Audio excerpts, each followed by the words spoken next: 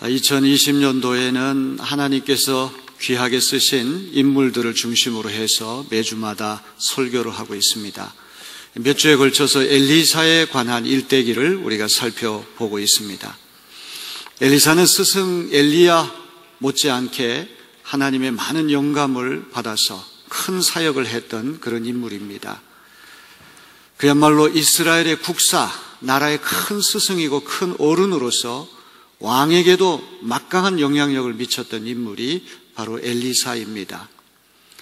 이제 성경을 자세히 읽어보게 되면 엘리사가 임금님께 조언하는 이야기, 또 아람 나라의 국방장관, 넘버 투맨이죠. 임금님 다음으로 막강한 권세를 가졌던 나만 장군의 나병을 고쳐주는 이야기, 이렇게 국가적으로 큰 영향력을 미치는 그런 사람들에게도 영향을 미쳤던 사람이 엘리사입니다. 그러나 엘리사는 가난하고 소외된 사람들, 그늘진 사람들을 우선해서 섬기고 돌봤던 그런 선지자이기도 했습니다.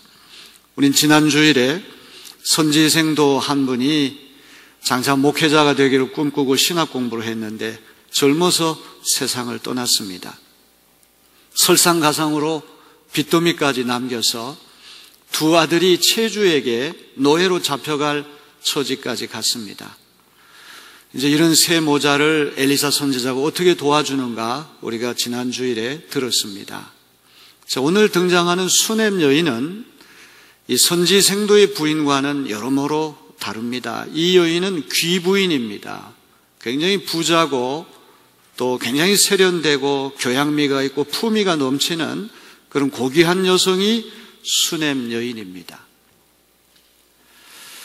집안은 가난하지만 똑두꺼비 같은 아들이 둘 있는 집안이 있는가 하면 아들은 없지만 집안은 굉장히 부유하고 풍족한 그런 사람이 있습니다. 저는 이 말씀을 읽으면서 하나님께서 100% 다 만족하게 만드시는 분은 없구나. 집안은 가난하지만 자녀들이 있고 자녀는 없지만 또 집안은 부유합니다. 이제 교인들 신방을 해보면 다 이런저런 문제가 하나씩 다 있습니다. 다 풍족한 것이 아니고 다 부족한 것이 한 가지, 두 가지씩 있습니다.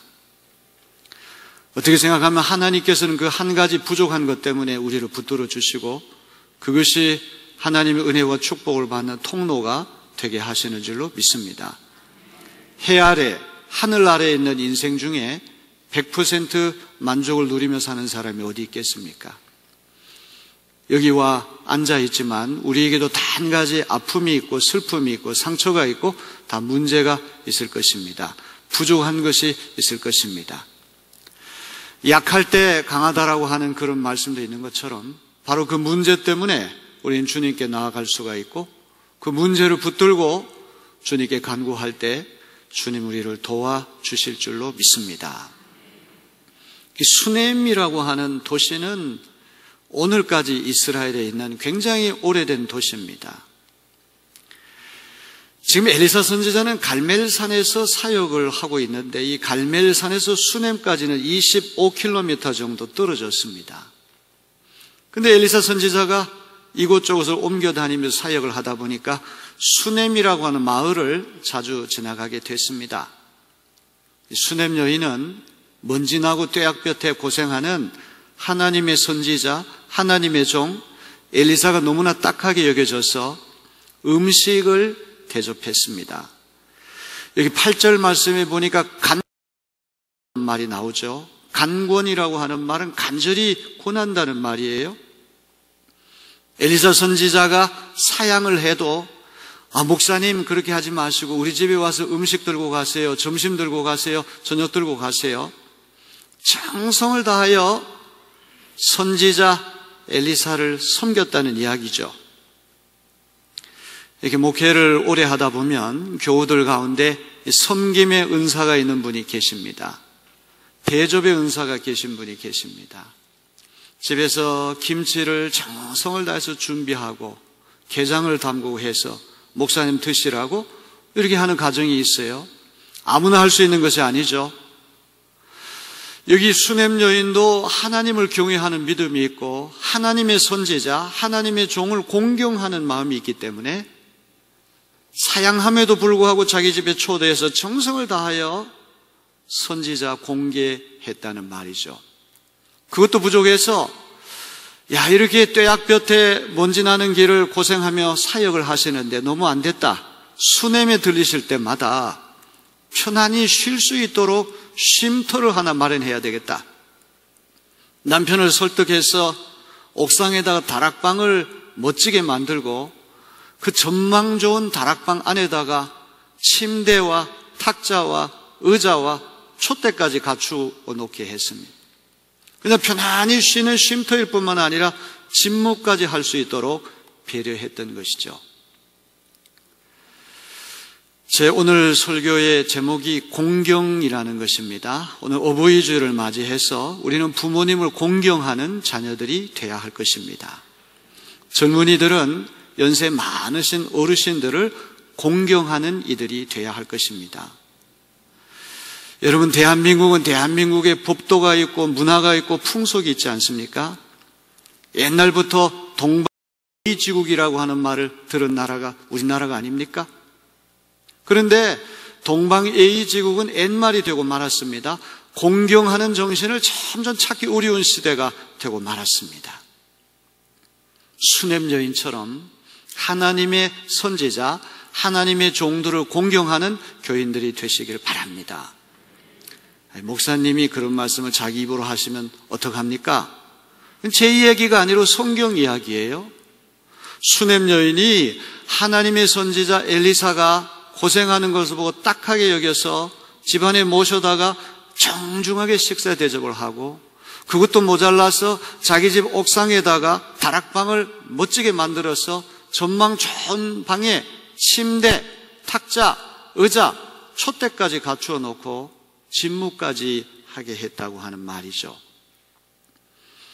엘리사 선지자가 이 수넴 여인에게 감사한 마음이 생겼습니다. 사람이 은혜를 입으면 당연히 담례하고 보답하고 싶은 마음이 생길 것 아닙니까? 그래서 어느 날 수넴 여인을 다락방에 올라오라고 그랬습니다. 여기 게하시라고 하는 사환, 시종이면서 제자죠. 이게 세 사람이 있는데 흥미롭게도 세 사람이 있을 때 제자가 수넴 여인에게 직접 말을 중간에 게하시를 통해서 이야기를 해요. 오늘 우리 이 말씀을 읽을 때 이 수넴 여인이 워낙 교양 있고 세련미 넘치고 정중하고 그야말로 귀부인으로서 품위가 있기 때문에 그런 것인지 알 수 없지만 세 사람이 삼자 대면한데 직접 얘기를 하지 않고 중간에 게하시를 끼고 이 수넴 여인에게 이야기를 합니다. 자, 게하시를 불러서 뭐라고 얘기를 합니까? 부인에게 한번 여쭤봐라. 부인이 우리를 돌보시느라고 수고가 너무 많은데 내가 부인에게 뭔가 좋은 것을 해드리고 싶다. 13절 보세요. 그러면서 엘리사 선지자가 이런 이야기를 해요. 국왕이나 왕이나 사령이라고 되어 있는데 군사령관, 국방장관, 넘버 원, 넘버 투, 이 국가를 좌지우지하는 대단한 분들한테 내가 영향력을 미칠 수 있는데 혹시라도 나한테 부탁하면 도와줄 테니까 이야기를 하라. 그랬더니 이 수넴 여인이 뭐라고 대답합니까? 저는 우리 동네 사람들과 잘 어울려 지내기 때문에 이걸로 족합니다. 제 분수를 알기 때문에 달리 부탁할 일이 없다. 이렇게 정중하게 사양을 하고 있습니다. 우리가 이 말씀을 읽을 때 수넴 여인이 굉장히 지혜로운 여인이구나. 사리가 분명한 여인이구나. 경우가 분명한 여인이구나. 엘리사 선지자가 왕까지 움직일 만큼 대단한 영향력이 있으니까 차제에 대접을 잘해서 청탁을 좀 해야 되겠다. 이런 불순한 동기로 섬긴 것이 아니라 자발적으로 하나님을 믿는 믿음으로 하나님의 종을 자발적으로 섬겼다. 순수한 동기로 그렇게 했다는 것을 보여주는 대목이죠. 여러분, 이 첫 번째 보답하겠다는 것을 거절했지만 열왕기하 8장에 가면 수넴 여인이 또 한 번 등장을 합니다. 7년 동안 이스라엘의 기근이 계속되니까 엘리사 선지자가 여기 이 땅 굶어 죽으니까 블레셋으로 망명을 가십시오. 그래서 일가족이 블레셋에 가서 7년 동안 있다가 다시 돌아와 보니 재산이 다 남의 것이 됐습니다. 그때 바로 엘리사 선지자가 게하시에게 이야기를 해서 게하시가 왕에게 찾아가 수넴 여인의 일대기를 다 얘기를 했어요. 엘리사 선지자의 말을 왕이 듣지 않습니까? 잃어버렸던 재산을 그대로 다 회수했고 7년 동안 밭에서 난 소출 되돌려받는 일이 일어났습니다. 여인은 정중하게 사양했지만 하나님께서 잊지 아니하시고 때가 되니까 첫 번째 이 담례했던 것이 그대로 일어났다는 것이죠. 하나님의 종을 잘 공경하면 이런 은혜와 복을 받음을 믿으시는 여러분 되길 바랍니다. 자, 이렇게 첫 번째는 저는 우리 동네 사람과 잘 어울려 살기 때문에 괜찮다, 정중하게 사양하니까 게하시에게 재차 묻습니다. 자, 14절 말씀 보니까 그러면 이 여인에게 뭘 해주면 좋겠느냐? 그때 게하시 머릿속에 불현듯 생각나는 게 하나 있습니다. 그건 뭡니까? 이 가정이 아들이 없습니다. 대를 이을 자식이 없다는 것이죠.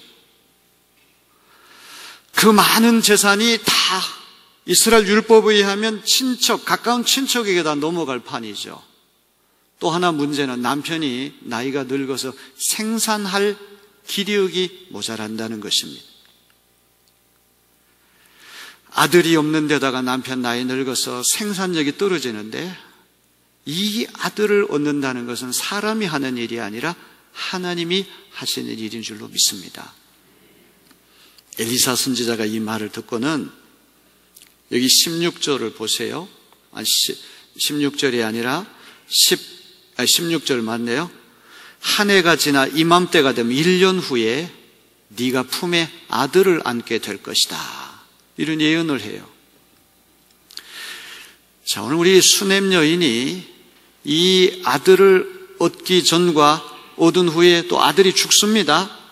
그 수넴 여인이 어떻게 변화되는가를 우리가 자세히 봐야 돼요.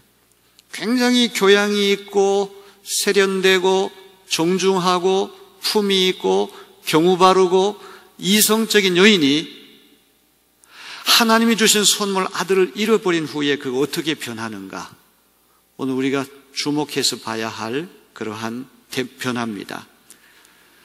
내년 이맘때에 아들을 품에 안게 될 것이다, 이런 예언을 하니까 16절 후반부를 한번 보세요. 자, 세번역 성경을 갖고 제가 읽겠습니다. 여인이 대답하였다.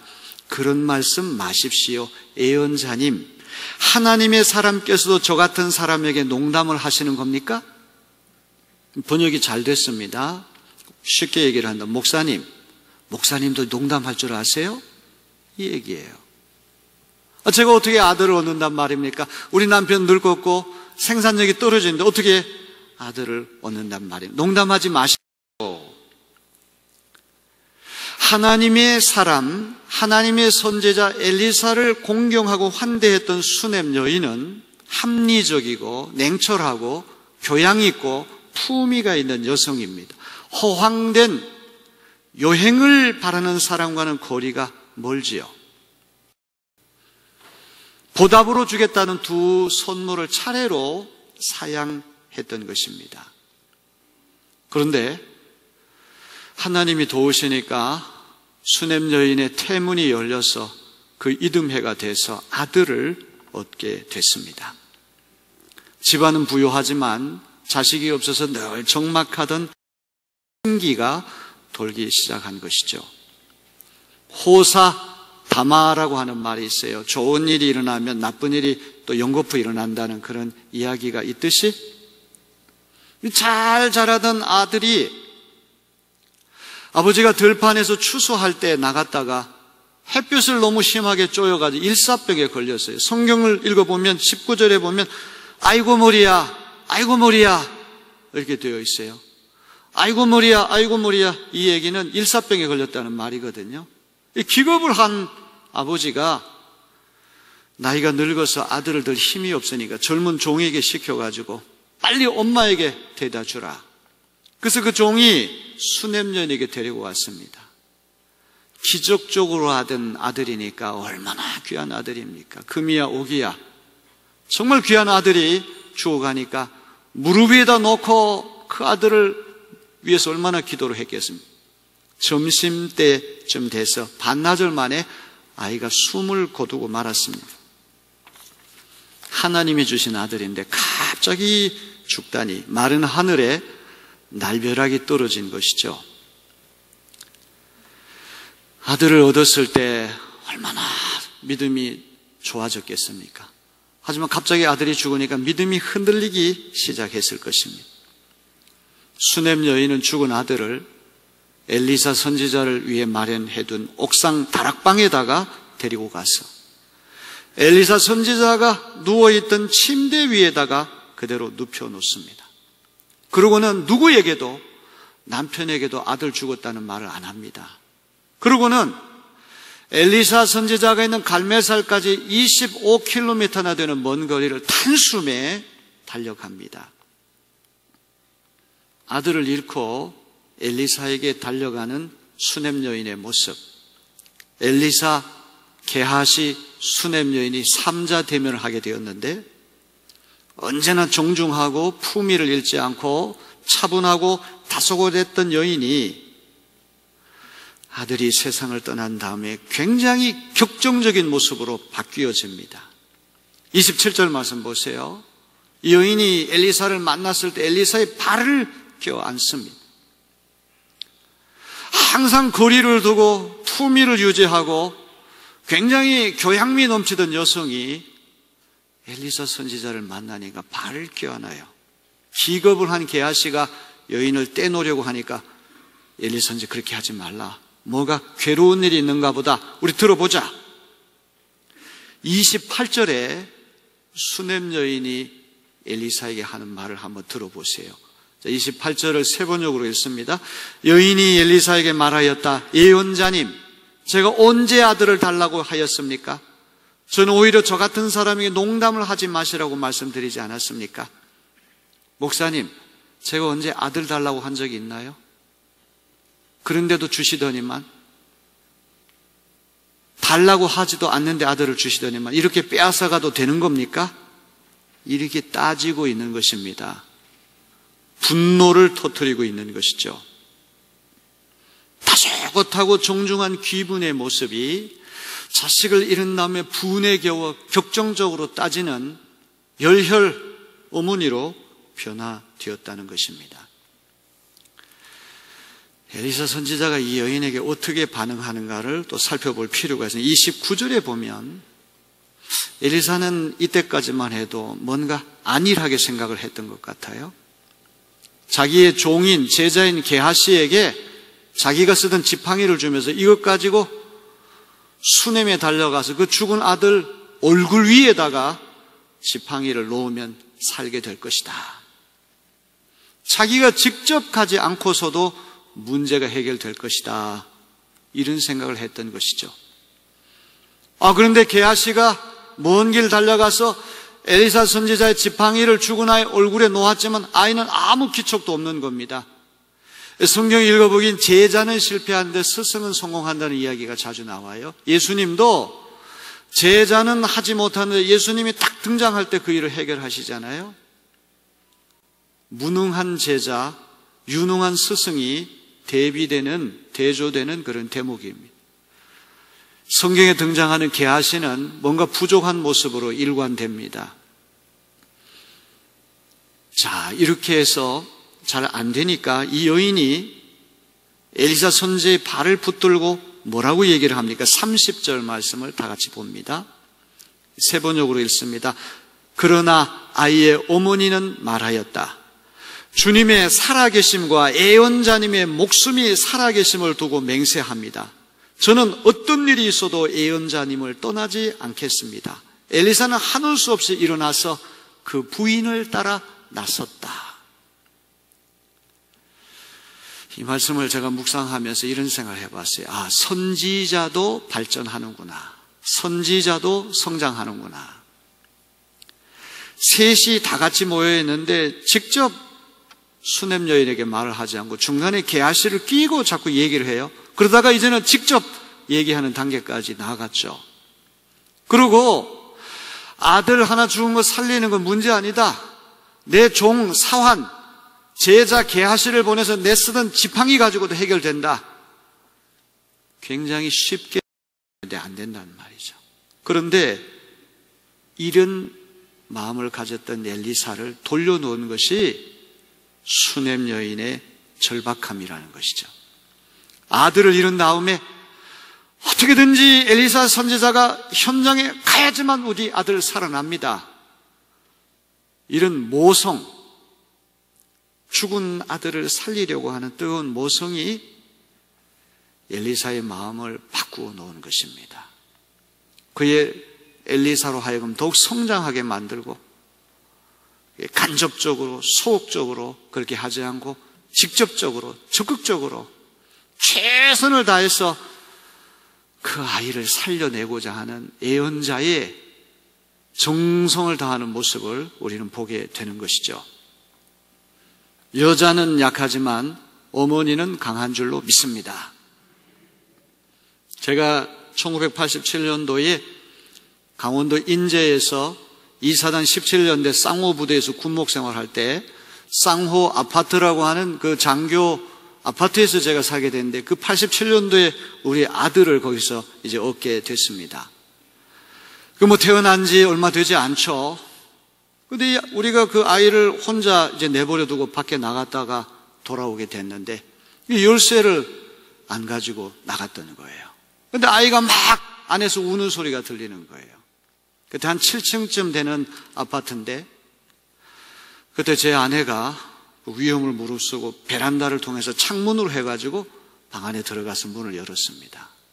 저는 할 수 없었는데 엄마는 할 수가 있는 거예요. 그때 어머니가 아버지보다 더 강하구나. 물론 아버지 가운데에도 아들을 끔찍하게 여기는 훌륭한 아버지가 왜 없겠습니까? 그러나 대체적으로 얘기를 한다면 그 어머니가 자식을 사랑하는 마음은 절박하고 애절하고 대단한 것이죠. 저도 우리 어머니한테 영향을 훨씬 더 많이 받은 것 같아요. 누나들 다 시집가고 어머니하고 있는 시간 제일 많았고 어머니하고 대화를 제일 많이 나눴고 어머니 영향을 제일 많이 받은 것 같아요. 정말 그 자식을 사랑하는 그 어머니의 마음이라고 하는 건 말로 다 할 수 없는 것입니다. 엘리사의 발을 붙들고 게하시 가지고는 안 됩니다. 지팡이 가지고는 안 됩니다. 저는 죽으면 죽었지 엘리사 선지자는 떠날 수가 없습니다. 할 수 없이 이 수넴 여인을 따라가지고 갈멜산에서 수넴까지 와서 그 아들 죽은 다락방에 들어가서 문을 걸어 잠그고 하나님 앞에 간절히 기도를 드립니다. 여러분 33절에 보면 엘리사 선지자가 문을 닫고 하나님 앞에 기도합니다.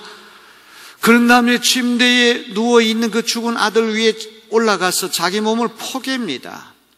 그 죽은 아이 눈에 자기 눈을 맞추고 입에 입을 맞추고 손에 손을 맞추는 거예요. 죽어서 차가워진 시체에 엘리사의 따뜻한 온기를 불어넣는 것이죠. 이렇게 2번씩이나 했습니다. 그랬더니 죽어있던 아들이 재채기를 7번 하면서 다시 눈을 뜨고 살아나는 역사가 일어났습니다. 엘리사가 얼마나 정성을 다해서 그 아이를 살리려고 애쓰는가. 상상력을 한번 동원해서 한번 생각해 보세요. 여인이 이렇게 앞에 있는데 여인하고 직접 얘기하는 게하시 통해서 자꾸만 얘기하고 자기 지팡이 주면서 너 이거 가지고 수넴에 가서 죽은 아이 얼굴에 놓으면 된다. 이렇게 무사 안일주의 소극적으로 간접적으로 사역을 하던 엘리사가 너무 절박하게 이야기를 하니까 자기가 직접 현장에 가서 문을 걸어 잠그고 하나님 앞에 기도하고 그 죽은 아이 시체 위에 자기 몸을 포개가지고 눈을 맞추고 입을 맞추고 손을 맞추고 2번씩이나 그렇게 해서 아이를 살려내는 장면. 이 평소의 엘리사 모습과는 많이 달라요. 이 나중에 아람 나라의 나만 장군, 국방장군 나병에 걸려서 왔을 때는 바깥에 나가지도 않고 딱 사환시켜가지고 말 한마디 하고 끝이잖아요. 그런데 이 여인, 수넴 여인이 죽은 아들을 고치는 장면은 그 먼 거리를 직접 달려가고 정성을 다하여 죽은 아들을 살려내는 그런 모습을 우리가 보게 됩니다. 선지자의 마음을 돌려놓는데 어머니의 모정이 이렇게 큰 역할을 했다고 하는 것을 우리는 기억해야 됩니다. 처음에 등장하는 수넴 여인은 귀부인이에요. 전형적인 귀부인. 아주 교양 있고 세련미가 있고 정중하고 경우가 바르고 이성적이고 아주 냉철해요. 그런데 아들을 얻고 아들을 잃은 다음에 그의 모습은 옛날의 그런 모습이 아니에요.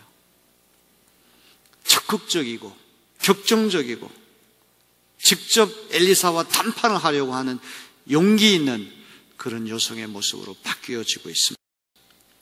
오늘 어버이주의를 맞아서 죽은 아들을 살려내기 위해 격정적인 모습을 보이는 수넴 여인에게서 우리 어머니의 모습을 우리는 발견하게 됩니다. 아들이 몸이 아프다 그러면 무슨 수를 써서라도 약을 구해오고, 아들이 무슨 오리오 내려서 무슨 수를 써서라도 도와주려고 했던 그 어머니, 수넴 여인의 모습이 아니겠습니까?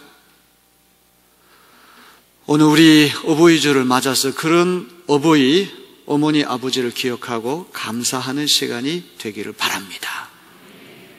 또 우리 자녀들에게 수넴 여인과 같은 아름다운 사랑을 자녀들에게 보여주는 그런 부모님들이 다 되시기를 주님의 이름으로 기원합니다.